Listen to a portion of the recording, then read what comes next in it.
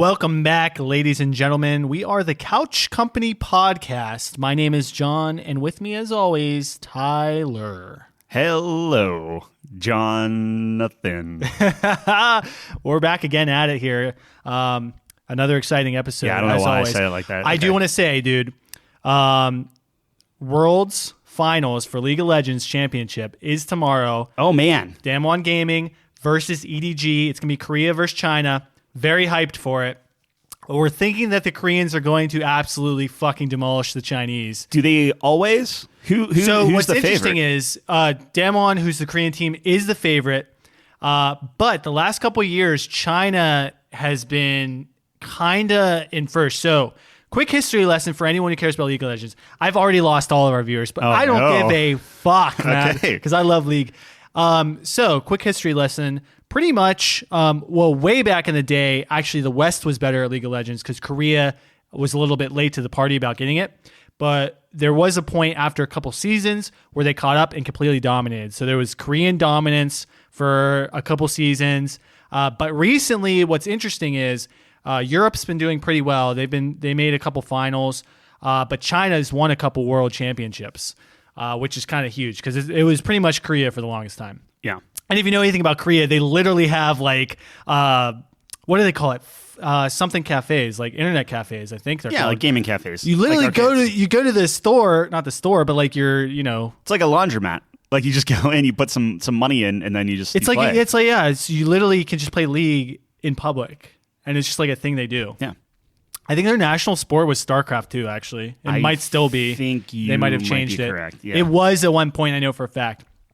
But anyways, championship is tomorrow morning. I am super hyped for it. I wish you could bet on esports. So if anyone knows me, they know that I'm addicted to video games and sports betting. So if you were to combine the two, you would be broke. in a gutter somewhere. Or I'd win a lot of money. You'd be in a gutter somewhere. Yes.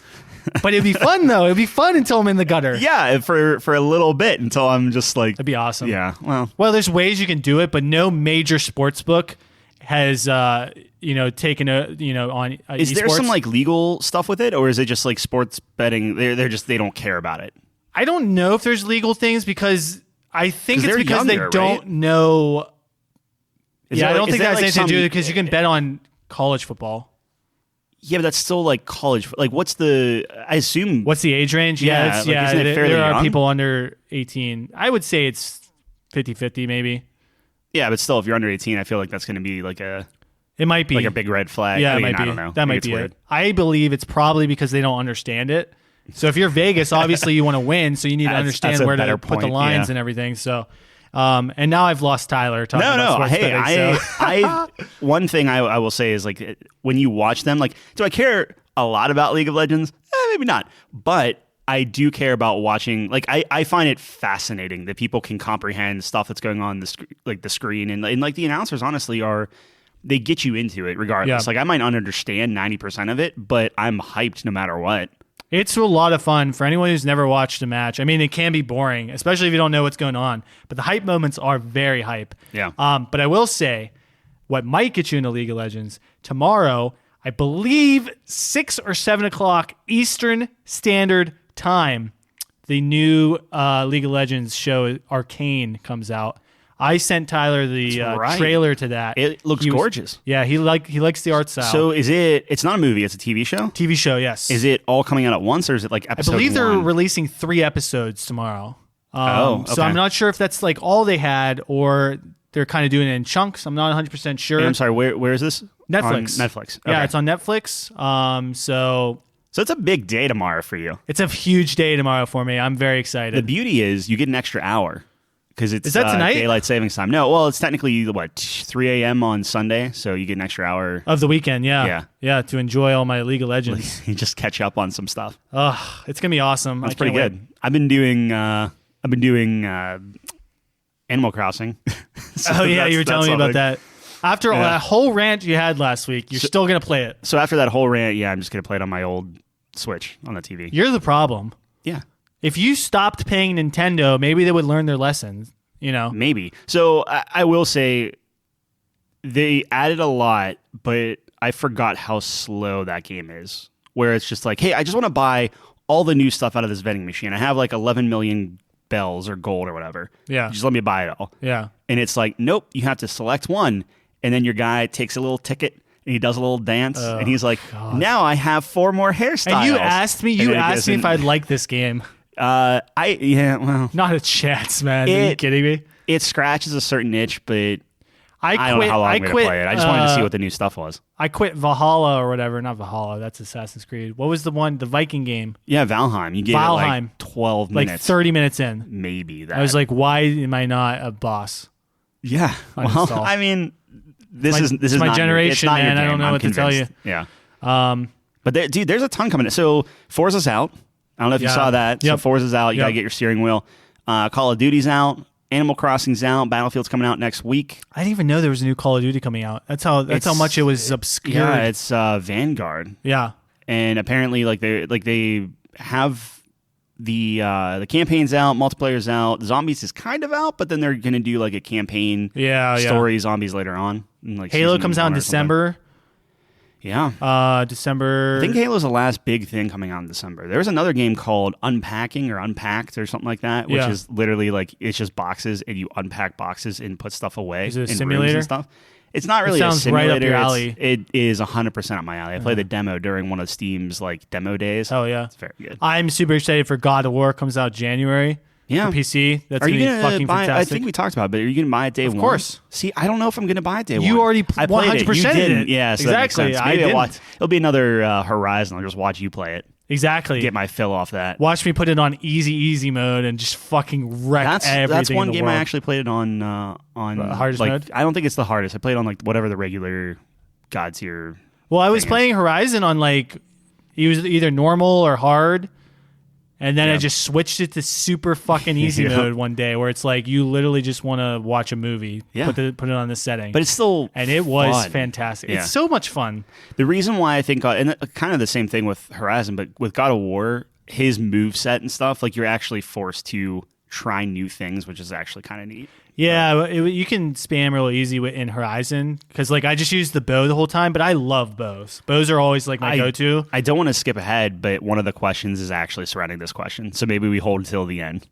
Horizon? No, on like hard versus easy. And stuff sure, like that. yeah, that's interesting. Yeah, So that's my life tomorrow. Just gonna be watching League of Legends all day. My life tomorrow is I'm gonna start a new game of Satisfactory, which is an amazing game if you like building factories. I don't. Yeah, I didn't think you ever play Prison Architect?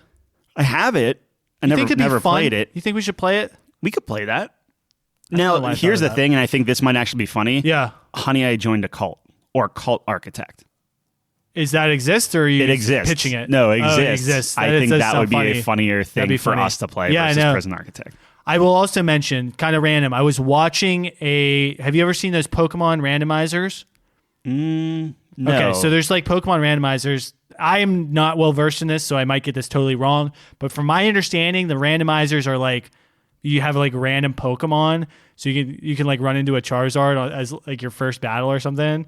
Oh. But what they just came out with, which is vastly more interesting to me, is a randomizer. But every building you walk into randomizes the place you're walking into. So if you're walking into a house in a town, you could be walking into the Elite Four.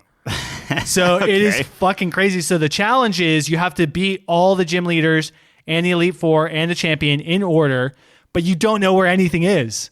But it's every time you go in, it randomizes, or once you're in, you know what it is? Once you're in, you know what that is. Okay, So, gotcha. So what these guys are doing is they're like jotting down, okay, the first town, the Pokemart is the fucking Team Rocket base. Oh my gosh. It that's is nutty. wild. Yeah. Every single entrance to everything in the game. And the crazy thing is sometimes you'll go into an entrance and then you can't come back. You can't come back out because it's a one way. Like if you fall through a roof. Yeah. It's so fun though. I had a blast watching that. That's coming out soon, actually, is the remake of Diamond and Pearl.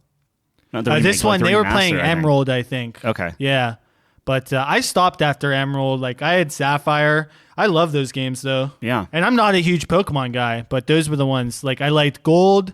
I had Gold. Right. My brother had Silver. I had Sapphire. My brother had Ruby. That's a lot. That's a lot. Yeah, I had Blue. That was it. Oh, okay. Till Diamond. I mean, it's a lot. It's 2 gens. Well, I mean, yeah, but you guys have the games. Like, you have multiple, so like you can actually do stuff with them. Oh yeah, With yeah. me, It was it's that's just by what. myself. Dude, you have a brother? Sweet. Trade shit. You don't have a brother. Your brother just scams you all day, and you're like, dude, yeah, let's go. I feel good about this. Yeah, because I was 3 years younger than him. Like I'm 5, and he's fucking 8. We're matched up again on Final Fantasy. Huh? Final Fantasy? Or Final Fantasy. Fantasy football. Final Fantasy of the football. Oh, you're Football thinking about fantasy. Final Fantasy. I A am little thinking of Freudian Final- slip yeah, a little there. bit. Uh-oh. Did you take a look at No. the score at all? Are you shitting on me? I don't want to say that, but my guy put up like 37 points. Who was it? I couldn't tell you. I should. So I some should guy know. in the Colts. One of my running backs. Oh, Jonathan Taylor. Fuck. Oh, that's right. Jonathan Taylor. I Yeah, knew. yeah. I literally was watching the highlights of that game. Yeah. And I'm like, I bet I'm playing against Jonathan Taylor this week because I saw him run in for the second fucking touchdown. God damn it. Well, Tyler's ruined my night. No. Take it away. You have Elijah. Who do you have on your team? Elijah someone. I don't have any Elijah. You do. You have Elijah someone. He's on my bench if he is. He's on your bench. He did very well this week. That's supposed to make you feel better? No, I just wanted to rub that in. Oh, okay. You have Elijah Moore. His average points are 9. Yeah, he scored what, 30? Yeah, this week he put up 27 points. Go fuck yourself. All right, you go. I go. All right, out, what do you want to? Okay, so you want to jump into the top 5? Let's get this out. I'm actually Let's do very the top excited 5. about this one. Not get out of the way. We're gonna take our time. We're gonna go through line by line of every single fact, Every about line of every code. single thing here of code, because we live in a simulation. I see everything with ones and zeros. Do you see everything that way? Binary? Absolutely not. Okay. No, that's silly. Dude, I actually watched this video. Apparently this kid like dreams in code. It was real weird. Also very silly. He's like, yeah, I dream in code, and then I wake up and I'm just typing it. And I was like, holy shit, man, you're 8. I go guess- play Pokemon. Yeah, like I guess that I'm sure somebody out there, like someone got knocked in the head and suddenly they started talking with like a British accent. Does that actually happen? Yeah. Some dude got a concussion and it cured his depression. No joke. Or did it like reverse it? Did it make it somehow like? So here's the thing: you get your depression cured, right? I don't even know if Do you think there's a condition that like you're just too happy? Kind of, right? And like, is that good or is that bad? As a non-doctor professional, Yeah. I know that like bipolar people have like the 2 spectrums. So the high of it is the manic period, I believe it's called. And I don't know if that means they're like too happy. Probably not, but they get like, I think like hyper. Hyper, yeah. Yeah. It's probably a good term. It's bad that my entire knowledge of bipolar is from Shameless, the TV show. So I've I never cannot seen it. talk on that. What's the one? Oh man, I'm trying to think of the one. Oh, Silver Lining Playbook, something like that. Yeah, that was actually, I like that. I don't think it's very accurate according to people who are actually bipolar, but it was a good movie. I had feels watching that movie. Did you have feels? Yeah. I didn't think you had any feels left. Occasionally. I only have it on like pets and movies. Dude, don't you wish you had a Snorlax to like bounce on his belly? You ever think about that? I never really liked Snorlax. You don't like Snorlax? He's fine. Dude, he's like 1,000 pounds. He sleeps and he's big. Yeah. He's fun. Is he top 5? Pokemon? Yes. For me, yes. Yes, he is. Okay. All right. Speaking of top 5, All we're right. gonna dive Introduce into this. the list. Yeah. Thank you. So you had a brilliant idea as we came home from Thornhill last week, and you said, "Hey, let's do." As we were staring up into the sky, yeah. holding hands, you said, Well, staring A little up." fabricated, but You said, "Hey, let's do top 5 planets," yeah. and I was like, "That's a fantastic idea." I know it is. I like outer space. You like outer space. I'm pretty sure some. I mean, if people it out was there like real, outer I space. would Yeah. love it. Right. So we're let's talking about the pretend- theoretical outer space that Now- the corporations have This. indoctrinated us with. All right, anyways, I'm sorry. Go ahead. NASA, Go ahead. What a joke. Yes. So we're going to talk about the top 5 planets. Now, I want to put a caveat here because I'm assuming I'm putting my little fingers Yeah, up this right there. caveat. I'm right assuming we're going to revisit top 5 planets in a larger sense, but today. Well, no, like I think, right? You like think so? I think so. All right. I think Tatooine has a place. Oh, that needs to okay. be talked Sure, through, sure, right? sure. But We're talking about the we are Milky talking Way. about the our solar system. which we didn't even talk about last week, interestingly enough. The Milky Way? Yeah. Did we not? No. Top 5 candies was last week. You guys should check that out. Check it out. If you're curious. I've been getting good reviews on that. A lot of people agree with me on that one. Nice. So Nice. if you It's hard enjoy not to, our less rage-inducing lists, check out last week. Last week was a chill list, more or less. I think so. I shit on I Tyler was for being scrubbing old. through- He yeah, I shit was on me for scrubbing being through. young. Yeah. we get that's our main divide. I think it's good. Old, but that's young? our main divide. Yeah. We're like 5 years apart. It Makes all the difference, man. There's got to be a generation. gap. It could There must be a generation. gap. Yeah. All right. So top 5 planets. We have a few rules to go through. Obviously, number 1 is it's our solar system. Yes. Right. Number 2, and this is going to be a hot one. Uh-oh. I don't include Pluto. You don't want to include Pluto. I don't. And when you asked me last week, do we include Pluto? I looked at you were all like about you had it. 12 heads. I'm like, of Well, course we do. technically it's a dwarf planet, right? It is. It orbits another dwarf planet. And the more I was researching this, Yeah. the more I'm like, all right, It doesn't count. it doesn't. Right. It doesn't count. I would love to put an honorable mention I would too. with Pluto because and, I love Pluto. and I brought this up to Chelsea. I'm like, maybe we just do planets and dwarf planets and just be all inclusive too there. And much. Chelsea's like, well, fine, but you have to mention Ceres and blah, blah, blah, blah, blah, and all these other planets or whatever. She's a nerd. She's a little nerdy. Oh, okay. Yeah. And I said, that's fine. We'll mention everyone. Yeah. But like, Pluto's going to be the only one that we actually talk about. Yeah, There so, was only one dwarf planet that was considered a planet for a long time. but that all being said, I Okay. say we nix Pluto. Yeah. Question. Yeah. Do we include Earth? Yes. Perfect. I think you have to. I agree. I know we took humans out of the mammal equation. I think because there are just so many mammals and everything. We're too OP. Yeah. And to some extent, I think Earth is also a little OP, but we can talk about it. Earth is very OP, but yes, we can talk about it. Yeah. Other rules? Any other rules? I think that's pretty much it. All right. Unless you and like we might come up with other stuff, but it seems Probably. pretty self-explanatory, That seems right? pretty Like, good. It's Let's what, start eight the insanity. 8 planets, right? Yeah. Yeah. So we're just gonna go through. Serve is yours, my friend. Do we want to? Let's go in order. I feel like that's kind of easy, and it's easier to kind of talk through as we as go. long in as order. you introduce them, because I will fuck up the order. All right. So first off, we go to Mercury. What do you feel about Mercury? It's the closest to the sun. Mercury. I can bring up my. I have a bunch of notes. Oh, you have that notes. I actually wrote I have for a notes lot of too, these. so I shall be bringing up my notes. All right. Mercury's small. The smallest. The smallest, correct. If we're not counting Pluto. So it is the smallest, which kind of gives it minus points for me. I'm a size guy. Don't take that out of context, please. And what it does have going for it is extremely hot, and that's kind of cool to me. That like if I was on there, I would absolutely fry in a second, right?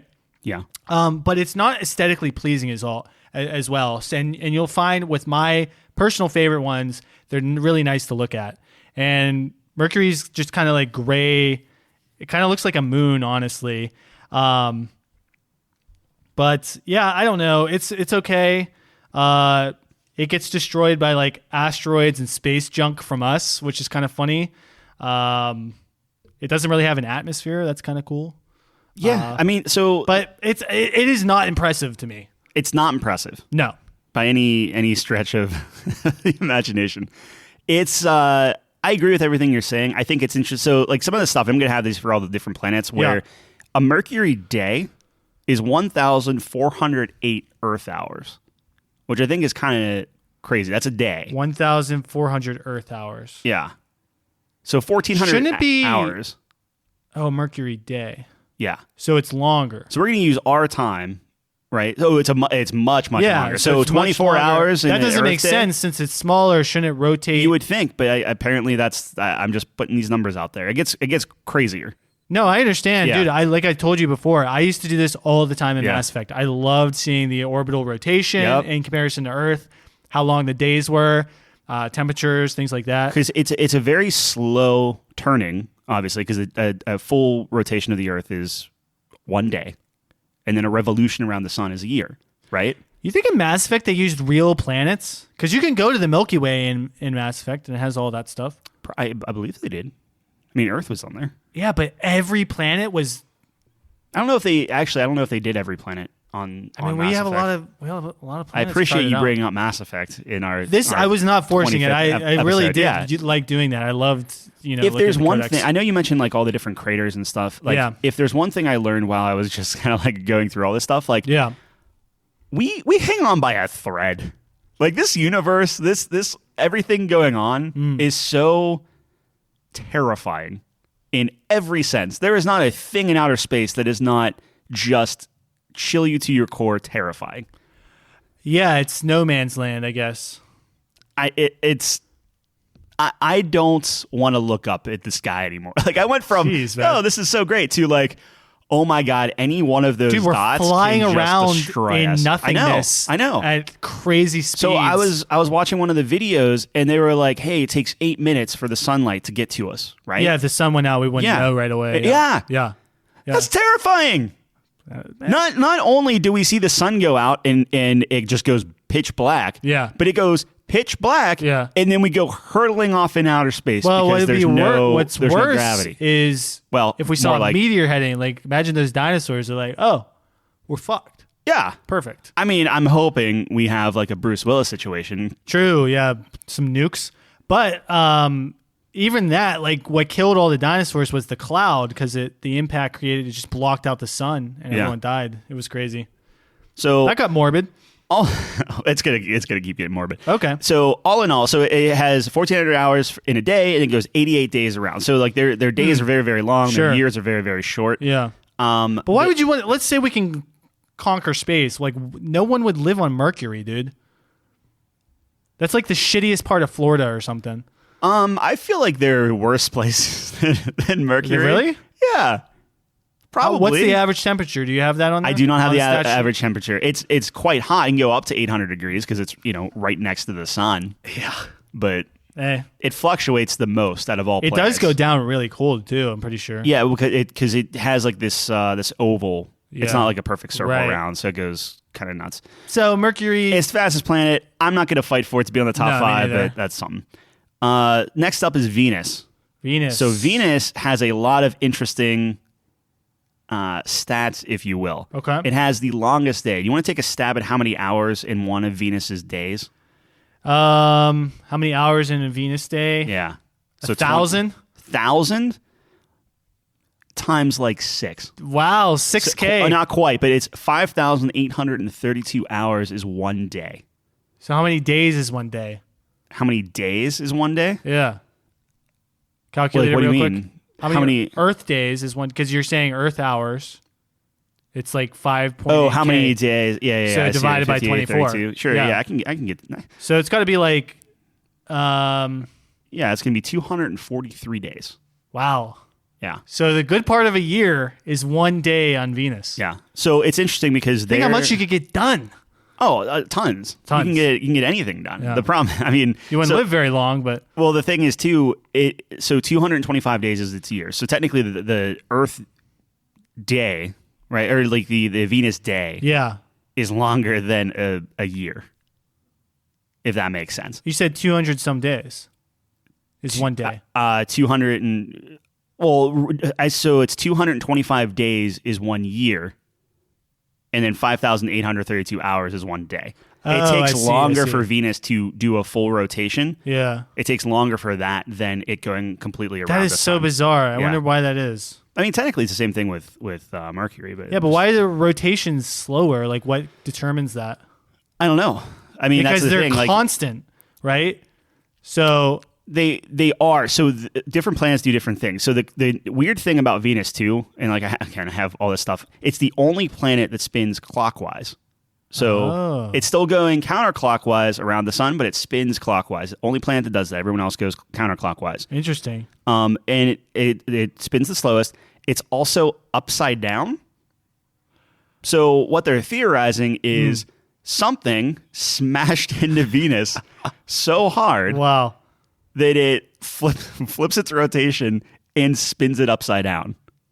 Wow, that is nutty. Yeah, that's cool. It's crazy. So I thought that was kind of neat. One of the other things too is it is the hottest planet. So it's farther than Mercury, but it is the hottest planet. Tons and tons of just volcanoes everywhere. I did have that on my stat sheet here for anyone at home. keeping track. It is the hottest planet in the solar system, hotter than Mercury. The atmosphere and clouds are made out of sulfuric acid. So it is a fucking hellscape. It's Earth's twin, Venus. right? Earth's twin, so Yes. around the same size and whatnot. But yeah, it has clouds, but they're going to kill you. They're like everything else in outer space. Like this is where Doom takes place. I'm pretty sure. Like it's probably just takes place on Venus. I like the crazy. fact that Venus took a punch. Yeah, And this is what. So this is gonna be my first. I think Venus maybe belongs in the top 5. I'd like to put it out there. Yeah, because essentially we're just cutting 3 planets. I'm okay cutting Mercury. I have it floating around the top 5. Yeah. I don't know if I'm going to fight super hard for it. I do like the aesthetic of it. It has a nice little smooth, subdued color. Yeah. Nice kind of marble like like a I love our countertop. criteria. We haven't had like this kind of loosey goosey criteria. I would of love ranking a stuff. countertop that looks like Venus. Like I know the Yeah. viewers can't see this, but look at this. Yeah, I completely agree. That's a It's beautiful smooth. looking, Yeah. smooth. That would be a great countertop right there. Can we get a Venus? The Venus top. The Venus top. Yeah. Yeah. So I would put it in the vicinity. I floating like around. the idea that No pun intended. theoretically, because this is all like Yeah. most of this stuff is like Yeah. this is what we think 4 billion years ago. You know, if you believe in that sort of thing, and the Venus could take a punch that literally Yeah. knocks it backwards, Yeah. upside down. Not confirmed though. Not confirmed. No one saw it. No one saw it. Venus came to the bar and said, "Guys, Maybe it was just I got drunk, and that's fucking why it's hit going clockwise. real hard." Right, but And everyone's like, "Okay, sure you did, Venus. Yeah, but all to right." think- but to think that it's upside down, Yeah. going clockwise, the only planet that's done that, and still is a planet that's just like, nah, I got this. It just takes It may that just punch, be stupid. absorbs It it. may just be a stupid planet. It might be. Didn't get the memo. It might be, but the fact But that maybe it not. could be the toughest It could be planet the of the toughest solar planet. system, I kind of like it. Maybe. Yeah. Maybe. I think it's pretty good. All right. What do we have next? So number 3 is third rock from the sun, Earth. Yeah. Do you want to That's us. save Earth till last, or do you want to talk about Earth right now? It's up to you, buddy. I'm ready to talk about anything. Earth supports life. I feel like that's a pretty big mic drop. Yep. Supports life. What else can you say about Earth? Has really? a lot of water. I mean, it is the perfect distance from the sun to be able to like. That's what I mean. It's It an is absolute perfection. miracle Yeah. that Earth even exists. Right. It's so insane. It's not. I will say it's not as crazy as the other planets. Some of the other planets get a lot crazier and have crazier stats. It's pretty subdued in that. Like you're not going to have huge volcanoes Right. that would like blow up the universe. But it's weird because like we're all coming at this obviously because we live on Earth and we only have the Right. concept of this stuff because we are alive Yeah. on this planet. Yeah. So I don't know if you lived on something like a Mercury, Yeah. how would you consider Earth? I'd be jealous. Yeah, That it's so fucking like, nice there. Look how lush this is. Wait, Yeah. the rain from like you're on Venus. It's like wait, your rain doesn't melt your skin. Like Melt okay, your skull. Yeah. Yeah. No, I think it's a very pretty planet as well. Earth deserves to be on the top 5. Absolutely. Earth It's is very easy. very good. It's gorgeous. Yeah. It has. I mean, it's. Oh, Oh, dude, look at this. And Yeah. you guys can see this. Any listeners, check out our list on couchcompany.games. Yeah. You can see our full list there. We'll include pictures probably. Oh, no, you probably only include it for the I first only one. included it for Yeah. the best one. Well, you can use your imagination. Yeah, it looks like Earth. It's a pretty planet, dude. The blue marble. Earth is pretty good. So Yeah. I love the clouds. if we have It's to very fight more about interesting. Earth, we can fight No, about it's it. in the but top 5 easy. let's talk about Mars. I know there's a big Mars. Mars race, right? All Yeah. the billionaires trying to get to Mars and claim Yeah. Mars for themselves. Which How is do you feel weird. about Mars? Mars is interesting. And okay, aesthetically, because that's kind of where I'm at first. Yeah. I know, which is kind of weird because I would think that's where you go, but you're more into the statistics of it. I like the aesthetics. I just like the weird stuff going on with it. Yeah, February, for example. I don't know what so you're hung out. nutty. Yeah, Yeah, whatever. no. All right, so when I look at Mars, it doesn't impress me, which is the big thing. Mm-hmm. It's just red. Nothing really interesting going on at the surface. It's pretty barren. It's not really inspiring for me. So at first glance, it's not impressive, and I don't really consider it top 5. But maybe your statistics could sway me in another direction. It's funny because I don't think my statistics can sway you in the other direction. It has Mount Olympus. That's fucking awesome. Yes. So I love that. Theoretically, it has the tallest mountain. Yes, in our solar system. Yeah, that's what they say. Now there is another one that's theoretically, and I think it's on a moon. I forget what the moon's name is. Is it the moon of maybe near Neptune? Yeah, it's like the largest moon. So yeah, and it's like, oh, this is isn't a it bigger one of Saturn's moons, or am I making that up? It all, dude. I was cramming 8 planets worth of knowledge into I had lunch breaks. So. Lunch breaks. So Mars, just for sake of Earth. Wait, we didn't go over Earth. 24 hours, 365 days. You should know that. Everyone should know that. Wow, interesting. Mars, except leap years. Except leap years. 364 and a quarter, 365 and a quarter. Earth has a little nuttiness. A little bit nutty. But here's the thing: if you had an allergy, you might be in trouble. I would assume the other planets probably have similar things. We're just rounding up, right? It's just Earth. Mars has 25 hours in a day, so it has an extra hour a day. Wow. But 687 days in its year, so it's about two Earth years in its year. Interesting. Which is kind of crazy. So the thing with Mars, and everyone's like, "Oh, it's the red planet. It's red." It's like, okay, cool, it's red, whatever. But yeah, I don't care about the redness. It's like 2 meters deep. You go past the surface of the planet. It's not red anymore. It's not red anymore. Yeah. So it's superficial. Kind of like the Star Wars planet in Episode 8. I don't subscribe to the belief that exists. Well, that would be the opposite, right? Because it's the remember the salt crystal planet. Yeah, but it's the opposite because whenever you hit it, it's like sand, right? Right, but the underneath is red. Mars would be essentially different on that. So when you land on Mars, it doesn't look red. No, when you land on Mars, it's red. Okay. But then when you go underneath the red, 7 feet down, it's not red anymore. What color is it? It's like dirt. Oh, really? It's like just dirt. It's dirty. Like black? Like brown? Brown. I don't know. Huh. Yeah. Yeah. So some of this stuff, and like we're trying to race here, and this is the thing that puts me off of Mars. Okay. We're trying to race here. We're trying to set up a colony on Mars. Of course. Mars is literally pockmarked to death by asteroids and just all this crap just smashing into it because it doesn't have an atmosphere. Yeah, but what's the difference between that and living in the South and just having a literal season where giant spinning I'm not. Winds of death come at you, and it's just accepted as like normal. I guess, but like I could never justify that. Right, but you could just go somewhere else in Earth. Yeah.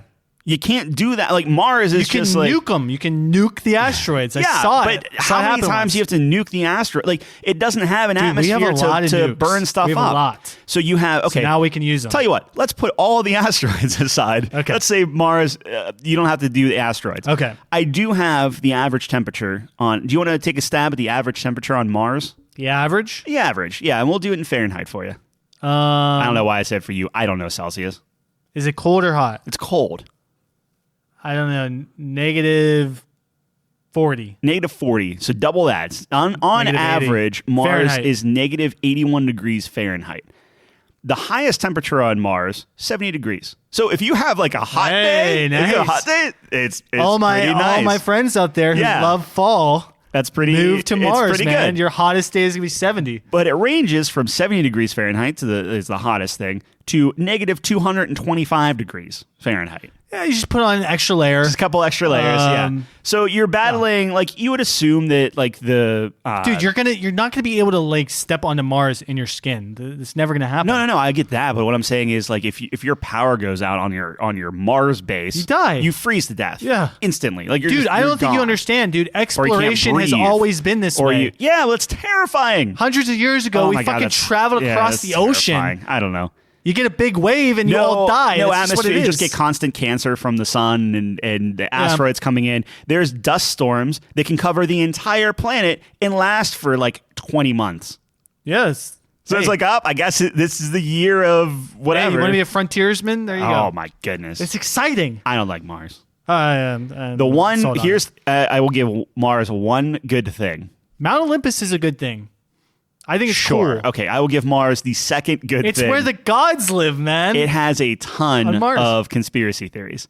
All the pictures come through where it's like, oh my God, that's a face. Nah, it's a rock formation. Oh my God, that's a person. No, it's a rock formation. Face? It's just always Mars is alive. Well, no, like there was like a face, see, and then people were saying like, oh, somebody like carved like a humanoid face and stuff like that, and they were like, no. If you just take it from this angle, it's just shadows or whatever. You remember Teletubbies? No. Okay. I remember them, but I never watched Remember them. the baby in the sun? Yes. Terrifying. Jesus. I thought that's where you're going with, like, there's a face in Mars. No, not like a huge. Yeah, I understand. Yeah. Did you ever watch JJ the Jet Plane? I don't know why I'm having all these flashbacks. No. It was, look it up. Everyone at home, look it up. It is the most fucking terrifying thing. It's like faces on planes. Is it like a Thomas the Tank Engine ripoff? Kind of, but it was like, in Thomas the Tank Engine, they're like, faces are like gray, right? Yeah. In that, the skin-colored faces on Oh, planes. that's It is unsettling. horrifying. If you go back to Thomas the Tank Engine, some of that stuff is actually kind of scary. Fucked up? Yeah. I was a big Thomas the Tank Engine guy. So though. I loved it. I had the book. Yeah. I had the original book. Yeah. Yep. All right. Next. All right. Now we're getting to the gas giants. Hell yeah. So I love how you go past Mars, Yeah. and then there's just this massive, honking huge planet called Jupiter. Gas giant. Yep. A day at Jupiter, 10 hours. Yeah. That's crazy. It's super That's fast. crazy, yeah. Fastest Well, day. it's fucking it's gas. It's light. However, I don't know if that even matters. There's probably so many people who know. like It's spinning around. It Yeah, doesn't well, fucking matter in space, you idiot. oh, I'm sure it has something to do with it. I don't give a but, fuck. Jupiter is interesting because it's 10 hours is a day. However, it takes 4,333 Earth days to go around the sun. 12 years to go 12 around the years sun. to go around the sun. Yeah. Wow. That is crazy.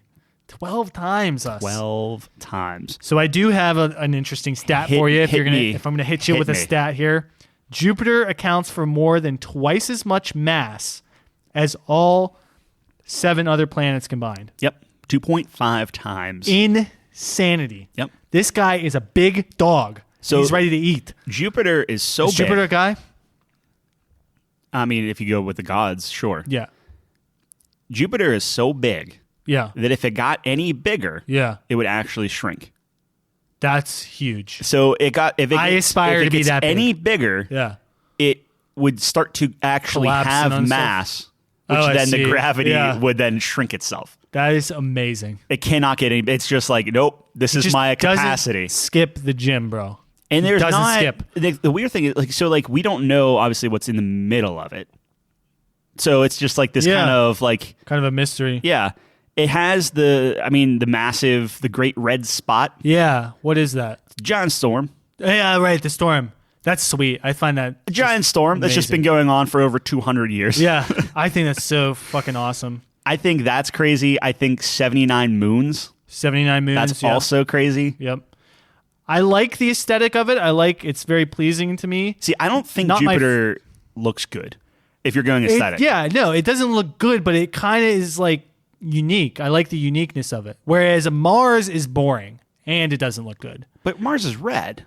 Jupiter's kind of red. It has red bits. It has kind of it. like these kind of like not rings, but kind of like these sections. Well, it does have. So Jupiter does have rings. Yeah. Too. Not to the Saturn extent. No, right. But But as you can see, it has like sections. yeah. So yeah, it's a little ugly, but I kind of like that about it. Yeah, and it has like a it's little character. kind of like red blemish on it. I love it. I mean, love hey, it, but I like mean, it. I don't love it, but I like it. I don't respect put a it lot more. of a stock in the visuals for these. So I mean, would. I do. How could you not? Yeah, I mean, I think all All of these them planets are very pretty. I wouldn't call this one pretty. I call it like more gritty, and I like that because Yeah. you look at a Mercury, you look at a Mars, pretty boring. Yep. You look at an Earth, pretty interesting. Mm-hmm. But you look at a Jupiter, it's like unique. I like that. I like how it looks. So it does raise in stock. I would be willing to fight for this in my top 5. Oh, for sure. Yeah. I think this belongs in the top 5. Yeah, agreed. The next one up, Saturn. I'm just gonna get this out of the way. I fucking love Saturn. Yeah, I Saturn's think it's amazing. beautiful. The ring, of course, is super awesome. 11 hours in a day, so just one more 1 hour more than Jupiter. Over 100 moons.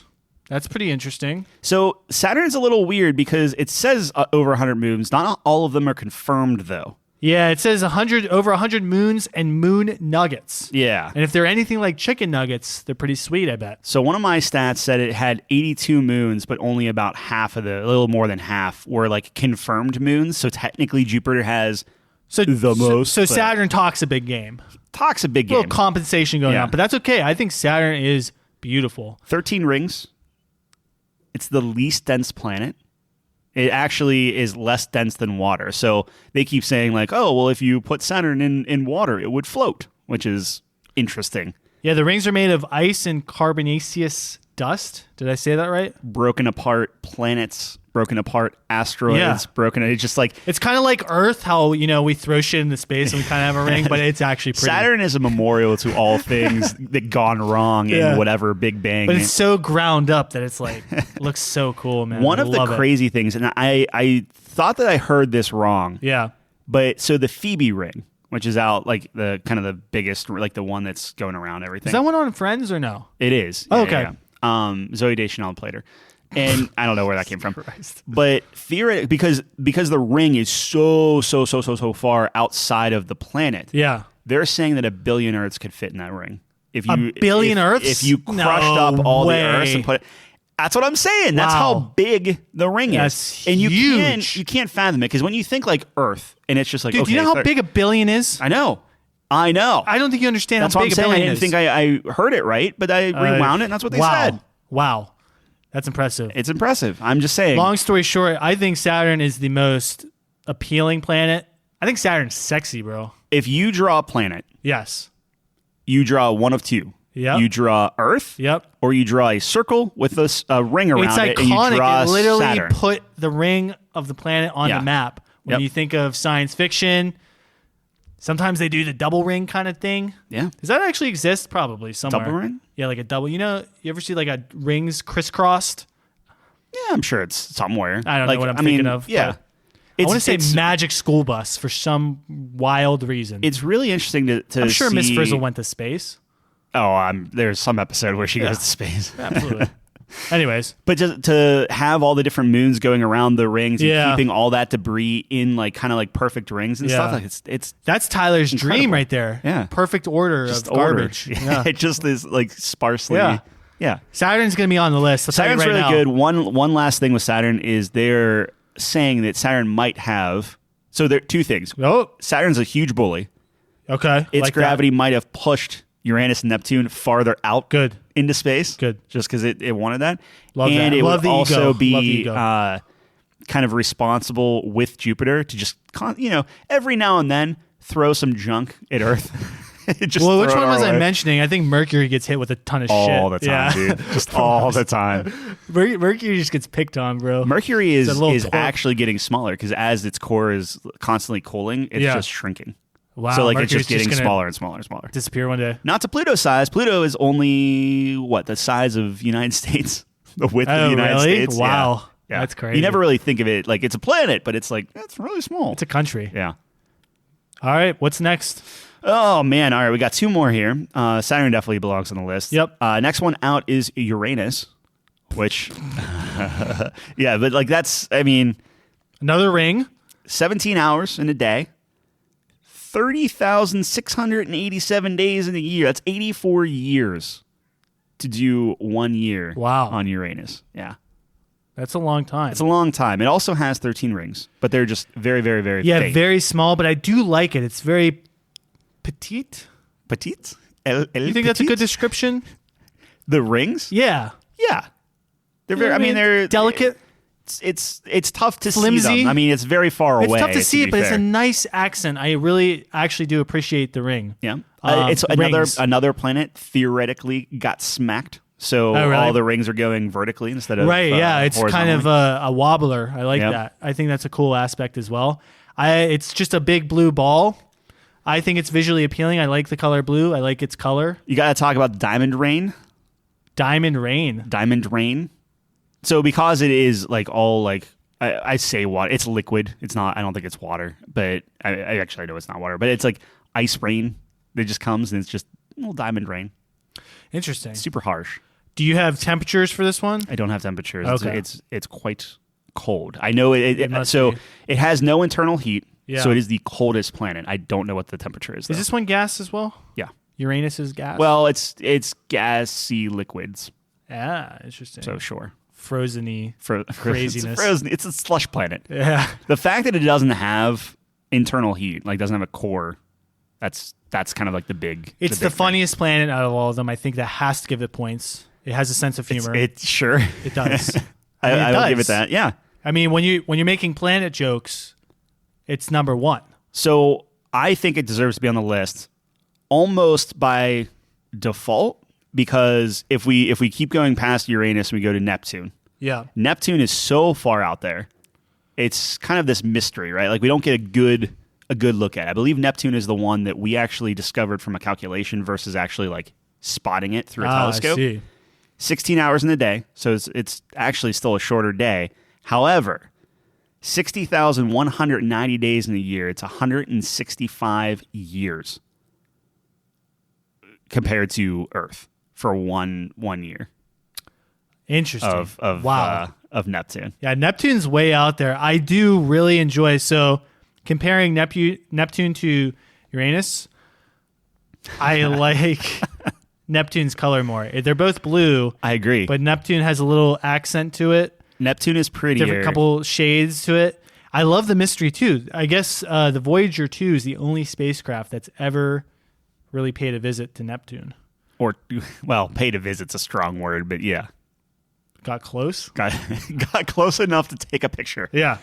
That's crazy. So it's very mysterious. Yeah. Also has rings, I believe. I did not see the ring part. I don't think it has as many rings as Uranus. No, but also because it's so another far away, ringed planet, though. It's tough to You can't really even see the rings, yeah. but if that counts for something. Sure. So I do like Neptune, shrouded in mystery.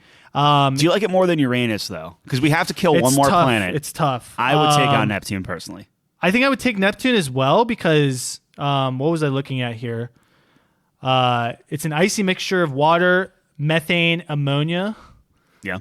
Kind of cool mixture there that'll kill you real quick as well. Yeah, but the idea would be, could you go there? Like, it has water. Could you go ammonia there? kills you real fast. If you could travel there. Yeah. We don't know. We're guessing so I'm a lot torn of on this this stuff. because That's the Neptune's thing, right? cooler, I think, but Uranus is hilarious. Uranus is hilarious. I actually think Uranus looks better. You think so? I think so. And yeah, I guess dude, Neptune's a little bit more muted. It's the coldest, no internal heat, and diamond rain. Uranus, diamond rain. Yeah. Okay, we can go Uranus, but shout out to Neptune. I do enjoy Neptune. Neptune's biggest thing is like that is some crazy. Think about it. You would never last a year on Neptune. No. That's just awesome. Yeah. That's for pretty some cool. reason. Yeah. It's pretty I like cool. that. And then special shout out to poor Pluto. Poor Pluto. I was all ready to fight for Pluto, but it really isn't a planet. Well, whenever you're doing like the My Mother blah blah blah blah blah like acronym to like the start, like the first letter of every planet and stuff like that, Pluto was the finisher. Yeah. Pizzas, pies, whatever. Yeah. Now you can't have fun with it. Yeah. It's just terrible. Yeah. Tragedy, honestly. Pour one out for Pluto. All right, so we have currently on the list, we have Venus, we have Earth, Jupiter, Saturn, and Uranus. We gotta rank these, my friend. Okay. Go over them one more time. Earth, Jupiter, Saturn, Venus, and Uranus. Yeah. Okay, for number 5, I'm thinking either Venus or Uranus. I agree with you. I would like to put Uranus as number 5. I think I agree. Venus is quirky enough, and you know how I like the nutty quirkiness. It is the hottest planet. I think that's cool. It's honestly like the polar opposite of Uranus, right? Yeah, right. Like, they're similar, and they both got smacked, and they're both kind of weird and upside down ish. Yeah. But Venus is closer to the sun. It's kind of within crowd. I like the hellish landscape of Venus. It's just volcanoes. I just like to imagine. Yeah. Just do you want a land of volcanoes, or do you want a land of frozen something that you can't stand despair, on the there's no ground and it's just ice rain? Yeah, right, exactly. Yeah. So I agree. I also like Venus. I think it's a lot more pretty. Yeah. Which I do have points. And it's the twin planet to us, which gives it a little bit of a bonus as well, I think. So we say Uranus number 5, Venus number 4? Yes. Yeah, I'm okay with that. I put Venus 4. Now the question is number 3. I put Jupiter. Jupiter for number 3. Yeah. I like the massiveness of it. I like the storm is sweet. I love the storm. 200-year storm. That's fucking crazy, bro. Jupiter has that thing going for it where it's just like it's massive, bro. It's like you can fit every planet into it. One theory is like, hey, you could have been a sun. Yeah, right. Like it didn't combust, and it's just like, what happened, man? It's like it's so cool. We could have been sandwiched between. Well, we couldn't have been. We would have been dead. But we could have been sandwiched between two suns. Earth could have been, yeah. Yeah. But not us. We'd be dead. So you think Jupiter? I mean, the idea, like Jupiter is third because. Go ahead. No, but you can't begin to comprehend how big it is. It is. It's huge. That's I just like it. It puts Saturn in its pocket. Yeah, and then just gobbles up all the other planets. Just it's all there. Yep. Oh, and I respect the fuck out of it for that. Yeah. It does not skip leg day, which is great, but. I don't like the look of it as much as Saturn. So we are putting a premium on visuals. I am. Personally, I think Saturn's beautiful. Like I said, it's got a unique characteristic, gives it character. Saturn's beautiful. But Saturn's kind of an asshole. Pretty. Like that's the problem. I like that though. Sure. I like a little ego in my planets. Just not my letters. It literally kicks 2 other planets out and then just starts ganging up on anyone near the sun. I know I'm the best. Yeah. And I respect that out of Saturn. See, like the letter A, if you go back to our alphabet podcast, the letter A thinks he's the best. Yeah. But he really isn't. Right. Whereas Saturn knows he's the best. You know what I'm saying? There's a big difference. Huge difference. I'm telling you. You think I'm wrong. I'm telling you how it is. I feel like Jupiter is just big enough that he's confident enough. He'll say, yeah, okay, little man, you got it. Yeah. No. All right, I vote Jupiter 3. Do you feel strongly otherwise? I don't. Okay. Now, I do feel strongly that Saturn's the number 2. I agree. Okay. Which then, of course... Saturn thinks he's the best, but dude, Earth sustains fucking life. How do you compete against that? There would be no couch company if it wasn't for Earth. So I feel like we're obligated to put number 1. There would be... It's just nothing. There's nothing without Earth. There's nothing. There's not this cat that's right in front of me. The cat just jumped up on the table. Yeah. It's nothing. Earth has to be it. Earth has to be exactly the way it is. Yeah. History had to be exactly the way it was for this moment to happen. It's unbelievable. Yep. Crazy. Can't even fathom it. Talk about things we can't fathom. I can't fathom that. Yep.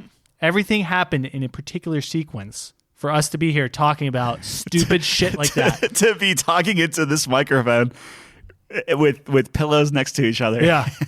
Our setup is pretty funny. It boggles the mind. It boggles the mind. Really Earth's does. number 1. Earth's number 1. It's not close. Nope. Saturn's number 2. Jupiter 3. To make it fair, we should have done other... And I'm sure we will revisit this at some point, where it's just we take all planets across all mediums. I would separate it to like fictional planets, but yeah, we could talk about it. Yeah, I mean, how do you compare Earth to Tatooine? I mean, Earth's better, but yeah, you do it. How do you compare? Maybe we do something where it's like all planets that support life. How do you compare Earth to Coruscant? Thing. Yeah. I don't know, dude. Anyway, Tatooine sucks. That was a bad example. Fuck Tatooine. Coruscant. 2 suns. Coruscant's like the home of the Republic. Naboo's probably the best. Naboo, planet, right? Yeah, Naboo. Yeah, when they blew it up in the 8th one. What? I'm making fun of the fact that you don't know Star Wars. Okay. Let's run it down. I'll go right now, motherfucker. Name a book. Name a book. I'll tell you what happens. Yeah. Do you want to name it down? Let's name it down. All right. Number 5 is Uranus. Yeah. Number 4, Venus. The hellish, brutal landscape that is Venus. Number 3 is the big boy himself, Jupiter.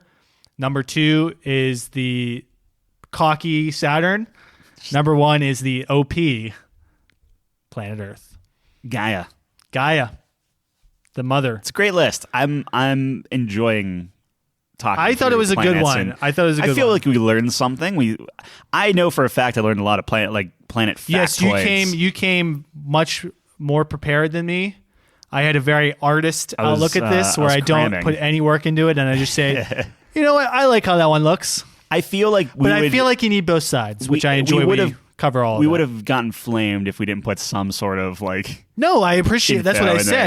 you know? I think you need these statistics, And you need the. but you need aesthetic. the aesthetic appreciation of them as well. Absolutely. I think that matters. That's why we're artists, you know. We are artists. Said no one. Said no one. Moving on. There it is. We are gonna do a new segment, doing little mini game things. Everyone loves mini games. If Yeah. you ever play Mario Party, you know how fun and infuriating they can be. So Right. we love doing both. Yeah. As that's why we do lists, really, Yeah. to infuriate and entertain. So we thought this would be a good segment. So pretty much, me and Tyler coming with a kind of mini game-esque. We'll see how this goes. Obviously, this is the first time. It might fucking suck, so bear with us. But you want to go first? Or you want me to go first? You go ahead. You tee it off. Okay, This is your, so your it is segment. tough because we do have a segment for questions. So it's kind of hard to kind of get away from just asking a question. So here's essentially how my mini game works. Okay. So for anyone who's listened to me before, everyone understands that I'm a big character person. I love characters. I love story, right? As anyone else who has listened to us for a significant amount of time knows that we once talked about creating some sort of game. Yeah. Where we sit down, we talk about what we want to do, characters, story, things like that, right? So my mini game is it's kind of an activity in a theoretical situation where you'd sit down and kind of brainstorm about characters. So you have two participants. That would be me and Tyler for right now. Okay. So person one is going to pose a question about. So essentially, we're making a character. Okay. All right. I was trying to follow you. Yeah. Okay. So what are we doing? All right. You got it. The goal is to make a character. Making a character. There's no limitations on what it could be. So person one will start and ask person two a question. Okay. For example, how old's our character? And then you would answer. And then you're gonna volley back with another question. Okay. Like it could be literally anything. Are we starting right now? Is this? Yeah, we can. What's the outcome? Like, when do we know we have this character? I feel like it'll come to a natural conclusion when we have a Okay. good start. I don't know if there's a goal necessarily. Okay. All right. I don't know if you could win at this or not. I don't know. Yeah, I got you. But I think it's a good improvisational exercise. Sure. Gets the brain juices flowing. Okay. And we'll see where we end up. I'm sure it'll be a wacky experience. It sounds fantastic. Any questions about it? Or, yeah, no, I'm in. Okay, you're in. Would you like to volley the first question to me, or? Oh, so the shall age I- thing wasn't. Can I? You answer could do the that. age? Yeah. What is this character's age? 84. Oh, here we go. Yeah. No, we'll say. I was gonna get kind of 84. like. I was gonna say 84. like 84 Neptune years. No, You we'll can. say no. We'll go 84 Earth years. You could say 84 Neptune years. That is a unit of measurement. So I mean, here we'll have to calculate it real Okay. quick. So we just want to. I can't believe it. Okay, so they are 13,860 Earth years old. Okay, that's a lot of That's a lot of Earth yeah, years. Okay. Yeah. Okay. Okay. So- What species is this? This person. This person Or thing. is a Turian. Is that accurate on a Turian's lifespan? I feel like no. 800. 13,860 years old. Yes. I mean, it's up to us to determine how that's feasible. Okay. Well, yeah. Okay. So my question is, Your question. how are they that old? Well, they were frozen for 13,800. I don't know, 800 years. Perfect. Okay, you're up. After the mass relays broke off, they were floating around. Stranded, yeah. How were they found? Depending on what ending you got, Can't we either go straight to Mass Effect? But go on. it's always the old Yeah. reliable. So depending on what ending you found, it's either going to be some sort of I can't think of it, hybrid species of organics and machines, or some. Well, you have to pick one. That's true. What did I do? Well, I just did people. So Okay. it's the next evolutionary cycle of species.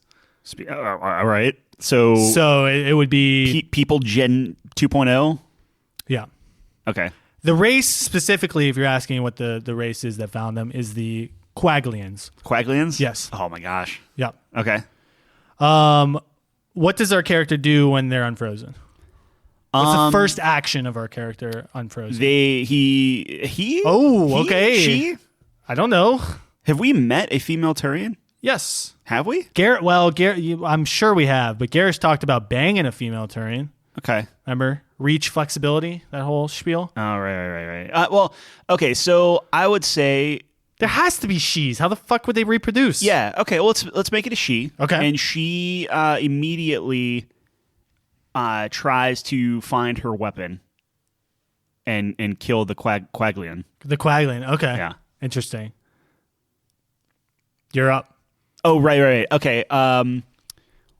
In response to this violent action, what does the Quaglian do? Yeah. The Quaglian uses his ray of doom, as they call it, to completely suspend all movement. Interesting. That doesn't seem so doomful. Yeah, I don't know. They're very dramatic, the Quaglians. They have a flair for the dramatic They like nature, to just go over the top for everything. Yeah, things that are like pretty normal. Okay, yeah. naturally as Quaglians do. Yeah. Okay. How old was the Turian when she was frozen? 40.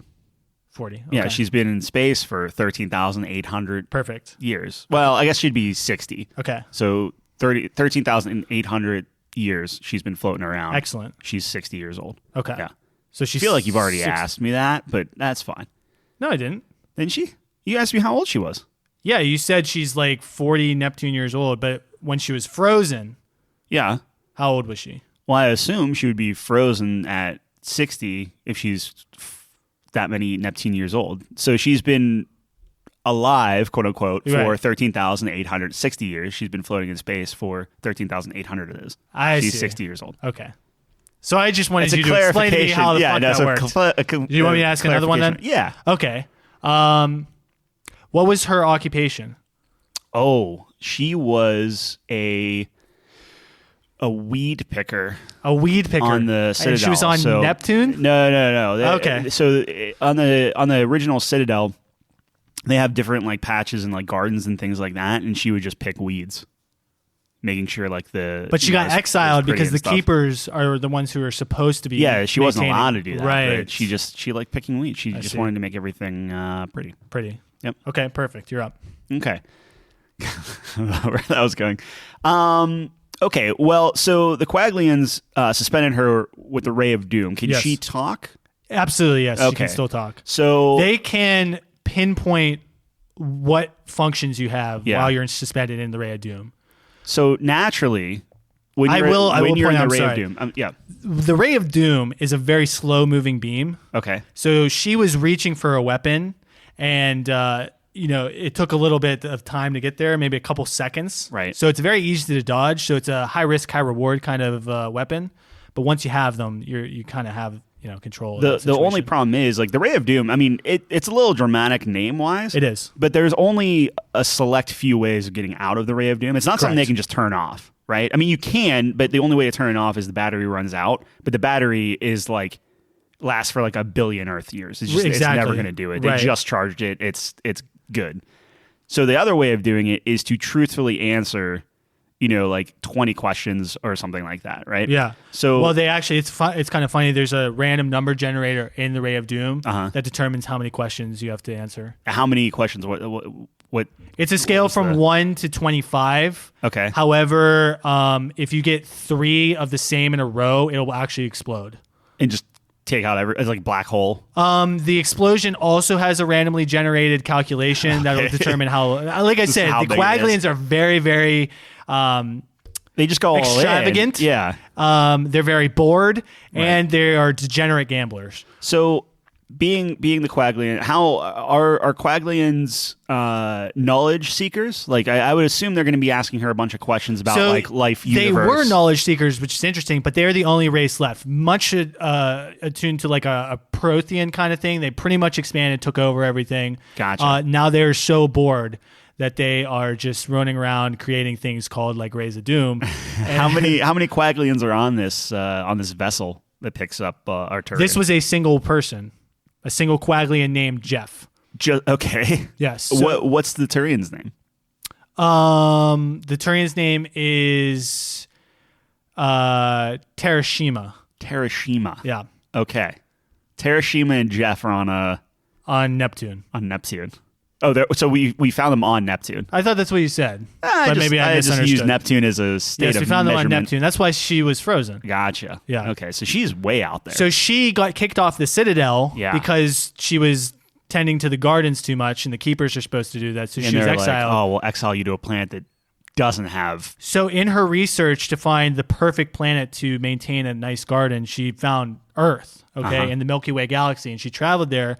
Her ship ran out of, actually what happened was her ship, she goes through the mass relay, and then this incredible beam of energy comes through the mass relay, explodes.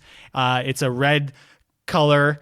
Okay. red beam of energy, right? And she nosedives into Neptune on the outskirts of the Milky Way there, and freezes, but survives because She just goes straight through Neptune because it's just there's well, nothing it's there. so cold and her systems are offline that she actually freezes as she's the entire passing thing. Yeah, through. but they go straight through Neptune, just so hard that it doesn't even no gravity, just straight through. Right, That's crazy.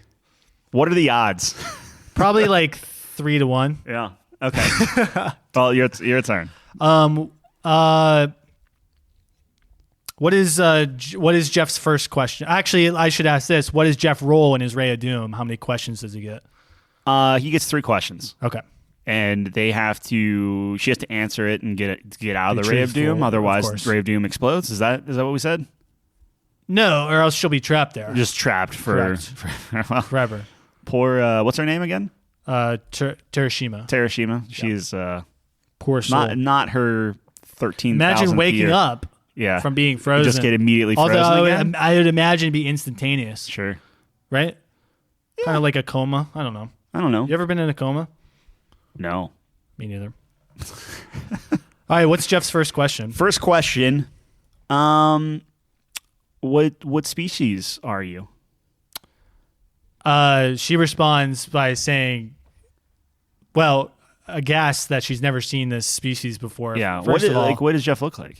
Quaglians kind of look like Davy Jones from Pirates of the Caribbean. Squid kind of face. 4 appendages and 2 legs.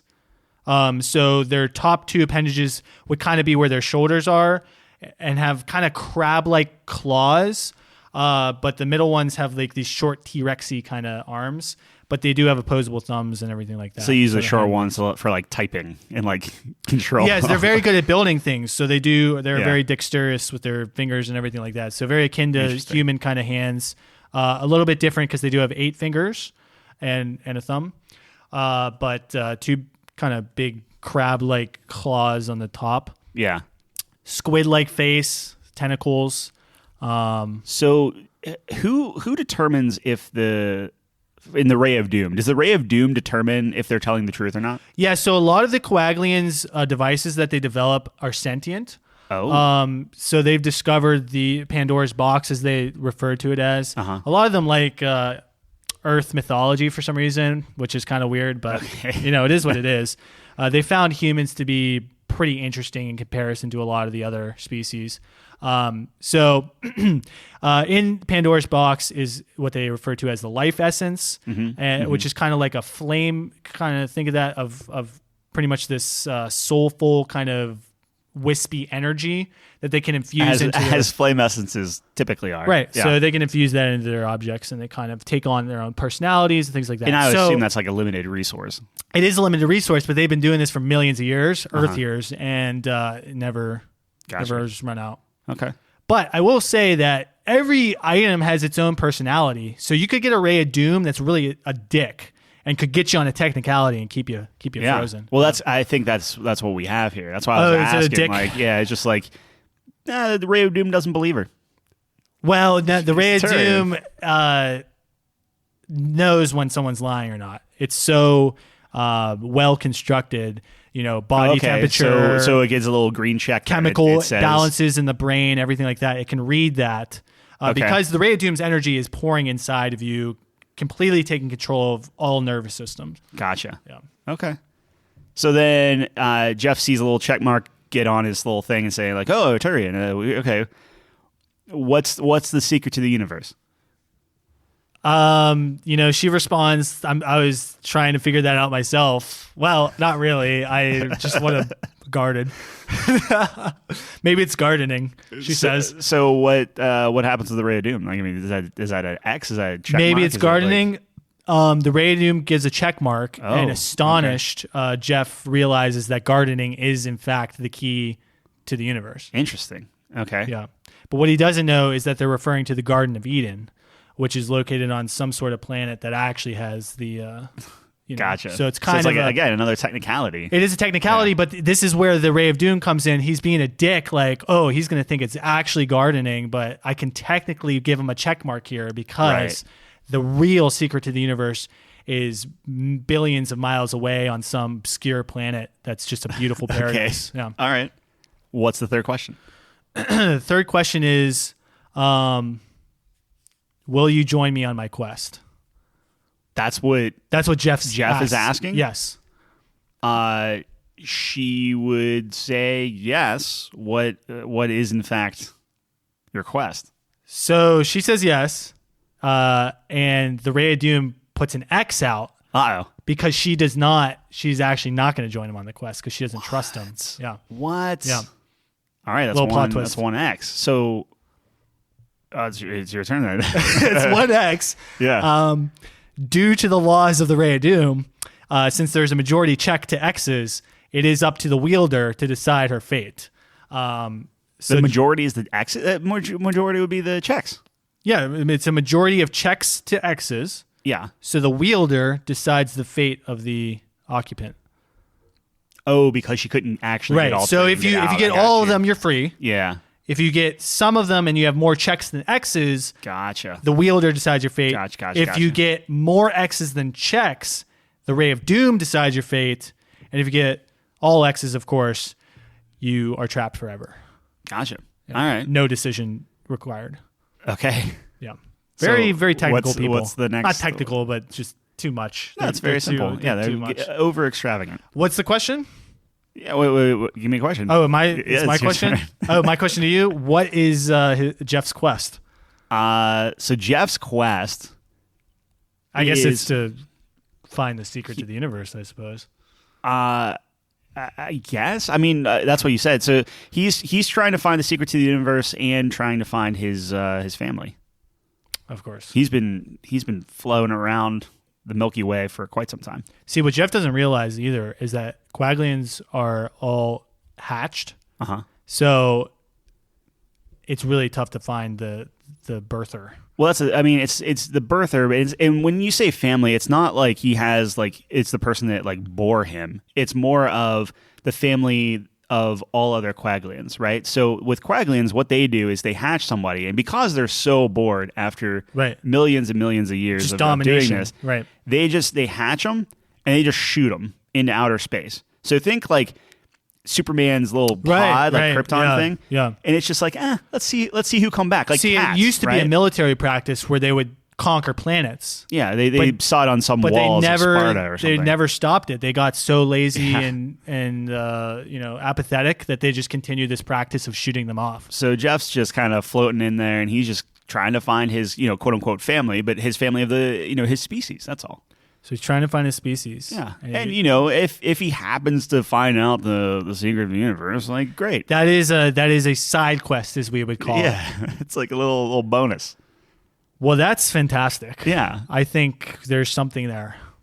It was pretty good.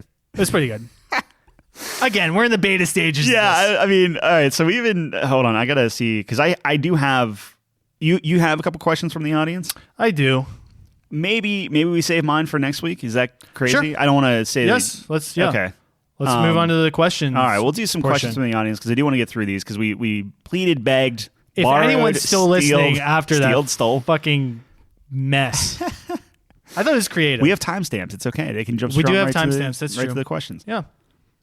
Questions. Questions. You go first. Yeah. Okay. Well, here. Let me break out my notepad. Sir. Yes, sir. Thank you, by the way, Andrew and Chris for Andrew and Chris. Okay, I was going to ask who. Andrew. So Andrew gave me kind of some questions that actually pertain to what we originally were talking about earlier. But it's his thing, and he has a kind of a follow up. Is playing the game on easy mode cheating?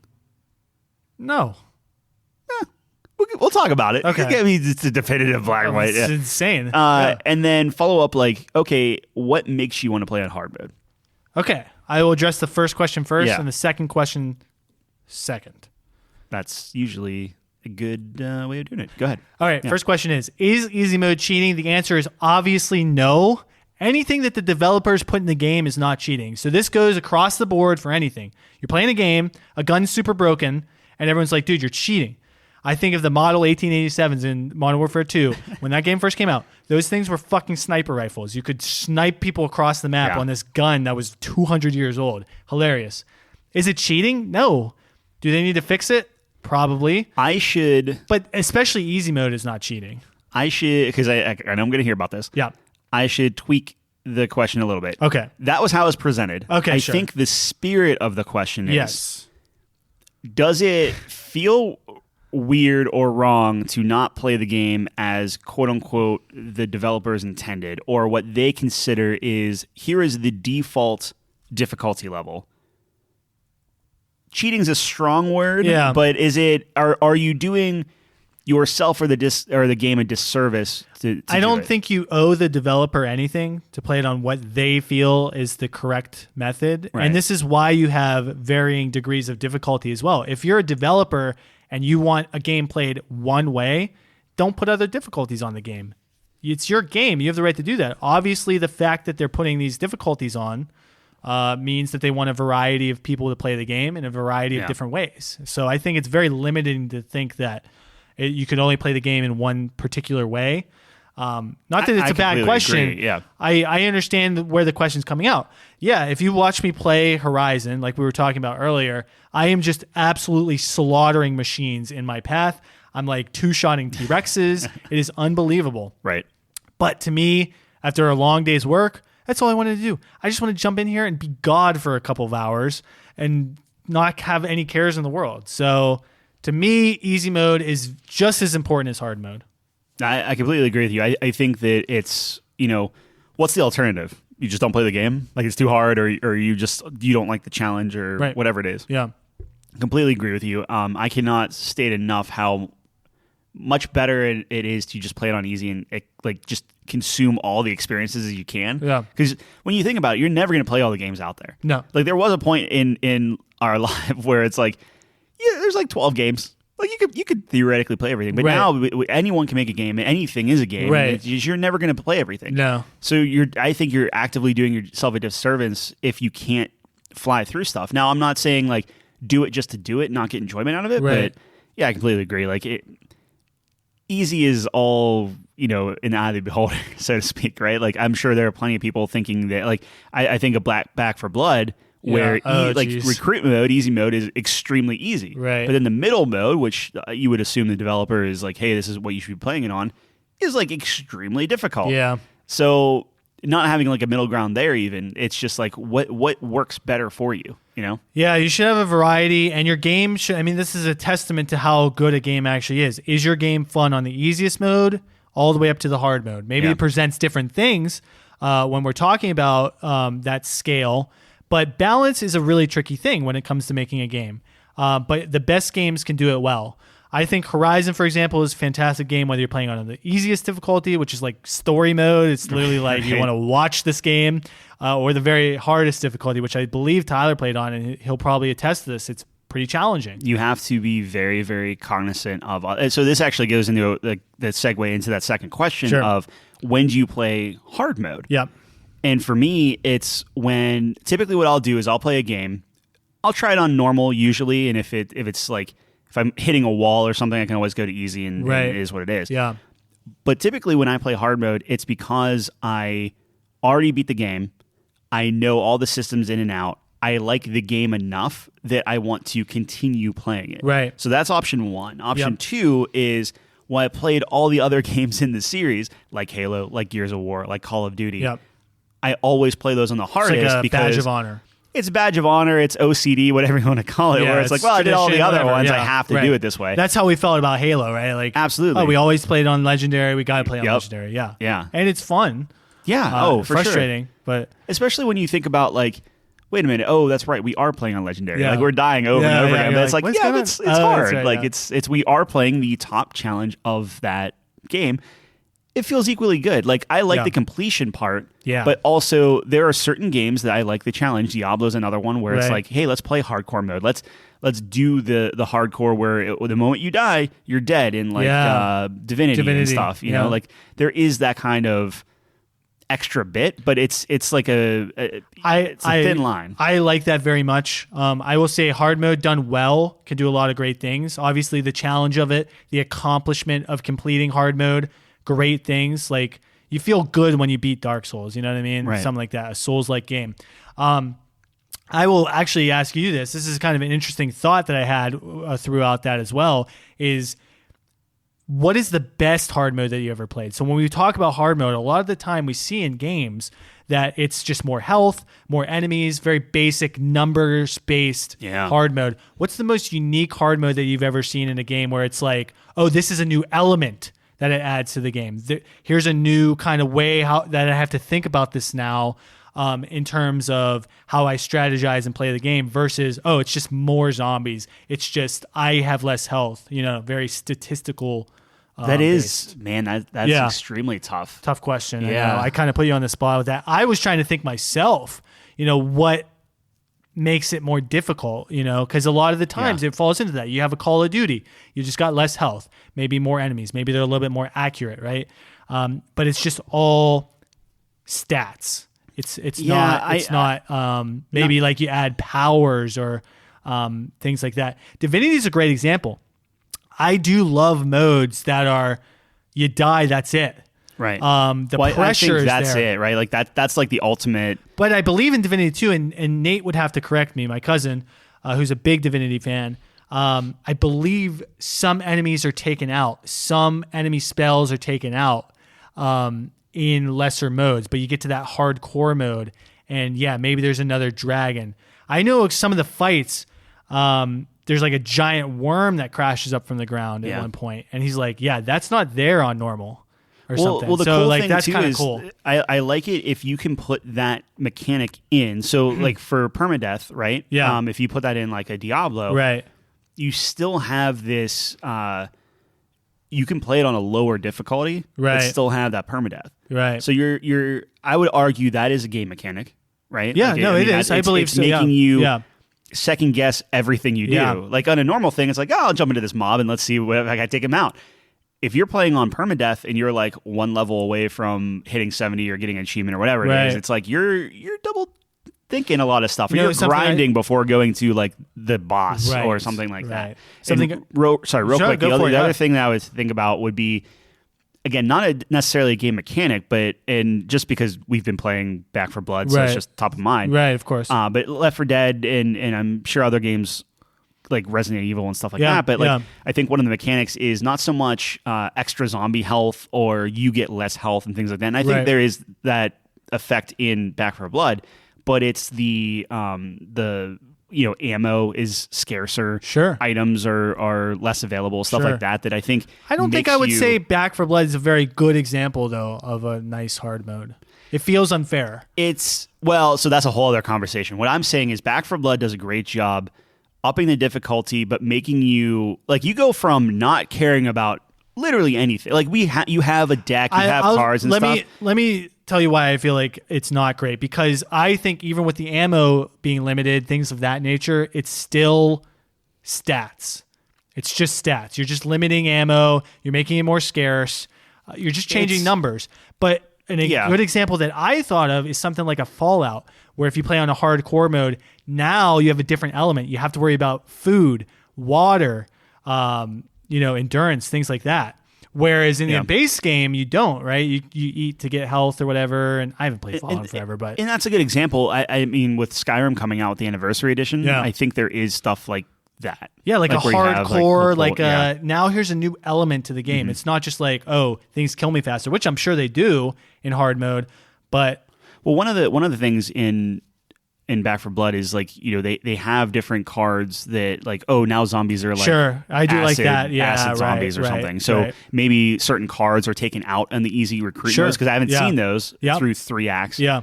So maybe that's something too. I don't know. I think that's a great point as well. Yeah. To me, it feels like Back 4 Blood's a very spammy. Like you play on hard, and it's just a lot of elite zombies, right? Like you see just a big, like these tall boys. But it's also a million of them. But it's forcing you to. And I'm not saying they do a fantastic job at this, but it's still forcing you to communicate a little bit more and to talk through. Like, okay, I'm going to be. We can't all have the same ammo type, so I'm going to be shotguns. You're going to be snipers, that kind of thing, and I'm going to bring in, these specific cards that, maybe I wouldn't take normally, but this is going to help the team and that sort of thing too. So it does add a little bit of strategy, but no, I totally agree, and I think it's an interesting conversation. But do you want me to do the second question real quick? It's kind of the same. Yeah, let's do the second question. Real quick. Sure. Not to commandeer everything, but so Chris asks, how do you determine a game's value? Personally, you. How do I determine a game's value? Yeah, so this stemmed from when we talk about things like Journey, or we talk. So the reason why this came up, like I said, that game Unpacking. I think it's Unpacking, but it came out, and it's literally about it's like all pixel, art and things like that. But you go through this journey of this woman's life. And she has different boxes, and she's like, pretty young, like outside of high school or something. Okay. And you keep going. Every time she moves to a new place, it's a new house. You unpack things, and you kind of get this immersion into her life based off of the things you're pulling out of boxes and whatnot, right? Very, very simple experience. There's not like you never meet the woman. It's all environment based narrative and stuff like that. Like you're not reading anything. It's literally just picking something out of a box, putting it in a certain place. You just do that until all the boxes are gone. You snap a picture and say like, "Here's my life," and then you move on to like the next house. Oh wow! So it's just very, very kind of repetitive. Yeah, therapeutic if you like that kind of stuff. I thought it was great. Cool. $20, right? Yeah. So if you look at that and you're like, okay, that's $20, and then you look at something like a I think Journey was around the same thing. Like when you're assigning value out and you're looking at that stuff, and it's like, okay, well, for Destiny or even let's say like Diablo, I can spend 60, so 3 times that, but I get essentially like unlimited replay value. Or I can do you assign value based solely on time? Do you do it based on quality of gameplay? Do you do it based off of the story, the experience of what it makes you feel like, that kind of thing? So I think there's a couple of different factors that I think about when I'm thinking about value. One is very analytical to the point of how many hours am I putting into this versus how much it costs. So you're paying $60 for a game. My kind of mark is usually like, an hour per dollar. That seems pretty, I don't know, standard. Maybe that's not enough, but if I'm getting 60 hours out of a $60 game, I would consider that worth for me personally. But also you have to consider the fact of how memorable it is. So I think how memorable it is really the ultimate definitive answer of that. Like you were saying, like, oh, does the gameplay feel good? How's the story, characters, things like that. At the end of the day, it's only going to mean something if you remember it. Right. So how memorable it is and how many hours you can put into it, I feel like those two to me are at the top of the list to determine if I'm getting the value out of the game or how much the value of the game is. Because if you look at something like, I don't know, Pyre, I don't have very many hours in that, but it's very memorable. I remember the story. I remember the moments, the gameplay. I can think about that. I remember how that feels. So obviously that's weighted a little bit more when I come to that. And I feel like, that one wasn't very much either, right? It was like $30, $20. When it first came out, that's actually a good question. I think it was 40 probably, maybe right? 40. Because I don't think it was Hades was 40. Yeah, and talk about what a value. Sure. You're playing, I have more hours in that game than a lot of $60 titles. I've had a lot more fun in that game.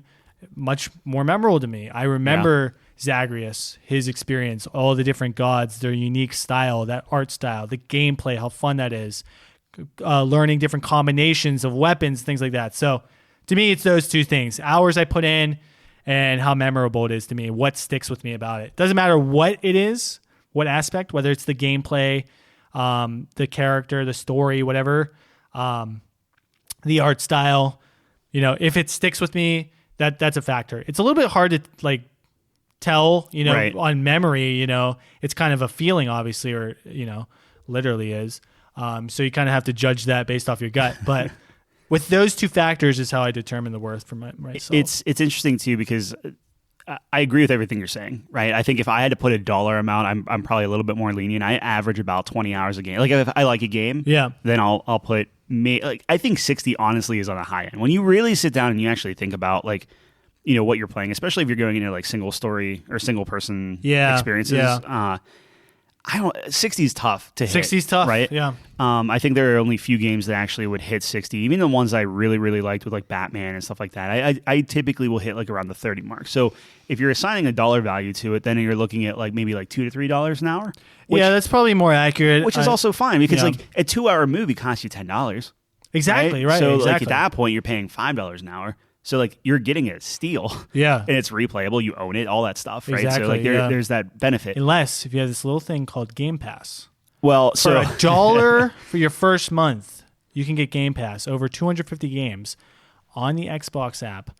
You can play at the touch of a button. All DLCs included. The highest version of that game. Yep. Game Pass. That's Forza. Forza just came out. Try it out. So I played I think it's Omno maybe over the weekend last week. Omni-Man. But I played it in a sitting, right? So it took me about 5-6 hours to play. Yeah. That's a $20 game if you buy it outright. Now that's on Game Pass. It's very fun. It actually gave me some feelings of Journey in a weird way.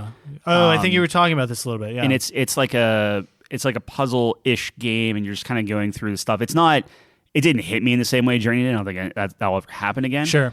But it was a fun game where you just sat down, you played, and I think unpacking is the same thing. Where it's like, okay, it's $20. You see that seems high. Yeah. Just being that kind of like quick. I'll wait for a sale. I have a game like that myself that really kind of impactful experience. Nothing crazy, but I still remember I'm forgetting what it's called. The Stanley Parable, I think it was called. Yeah. Oh, yeah. Stanley Parable is great. Yeah. What a really easy game. You just walk, right? There's no mechanics to it. And you just have this narrator. You just make really one-to-one choices. And you just open up to this huge flow chart, these crazy endings. Yep.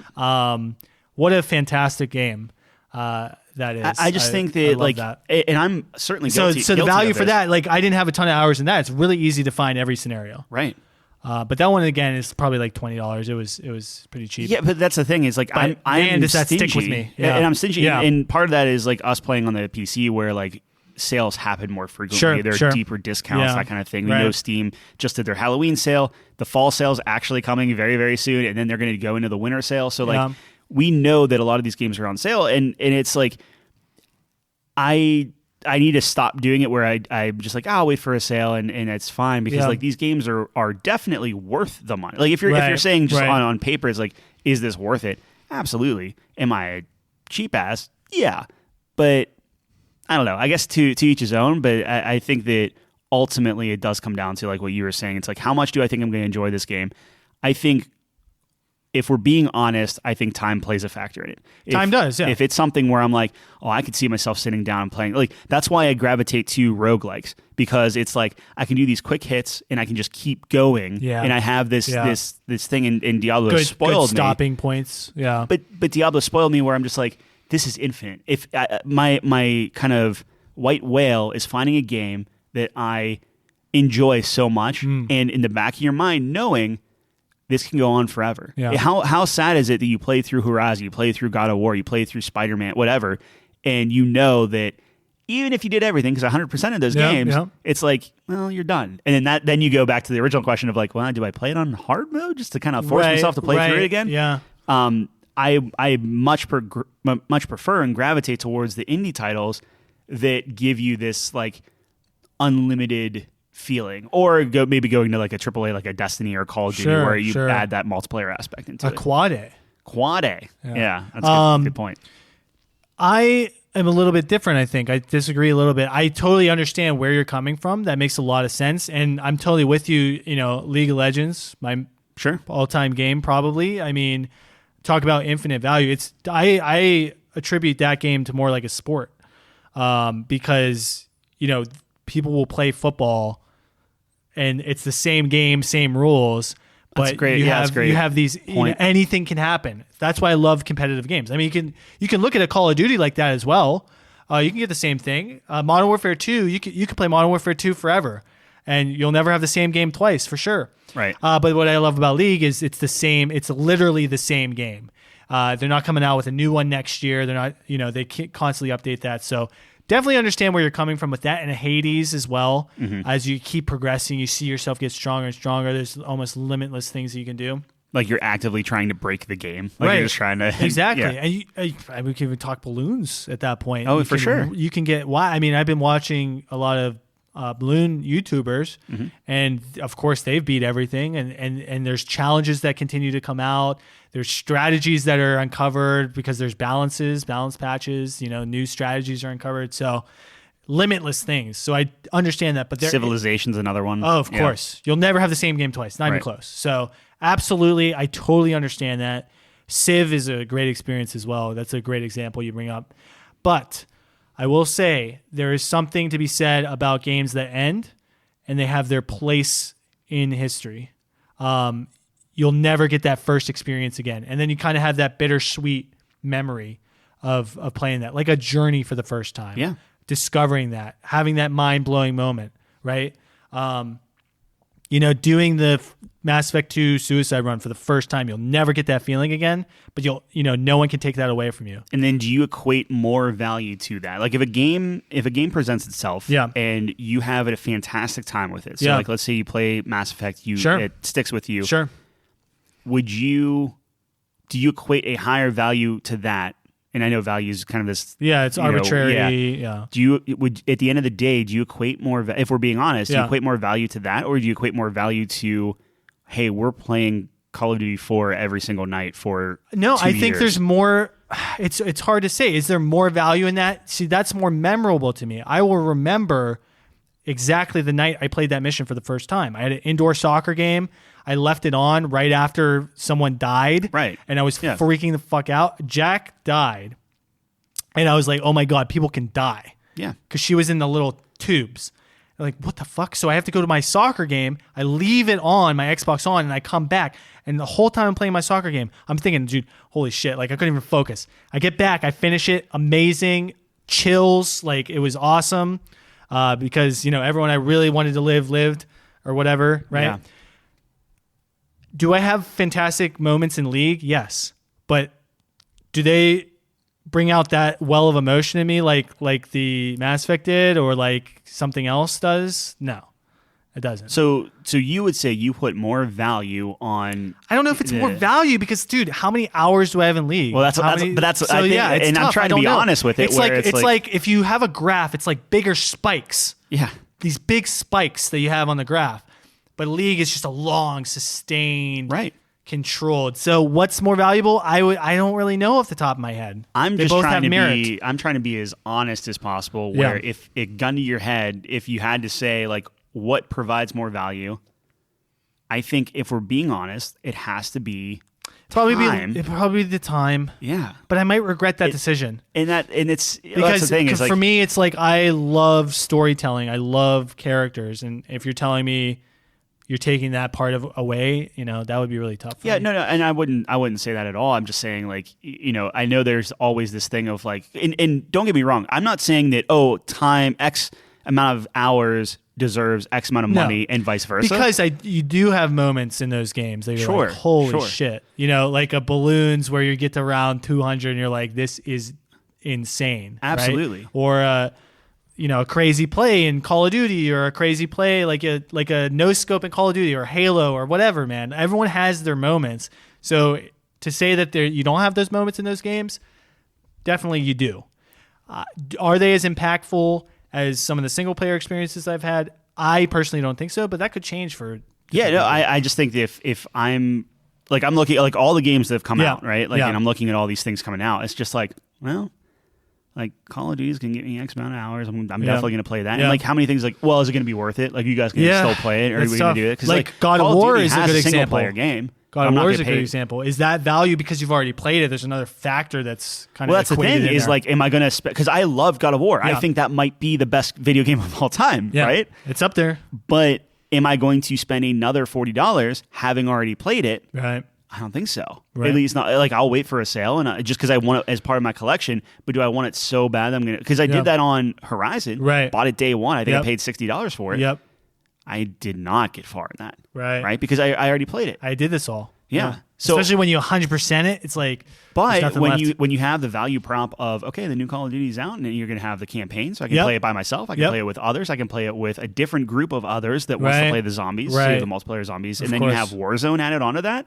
How can you compete with like all that for $60?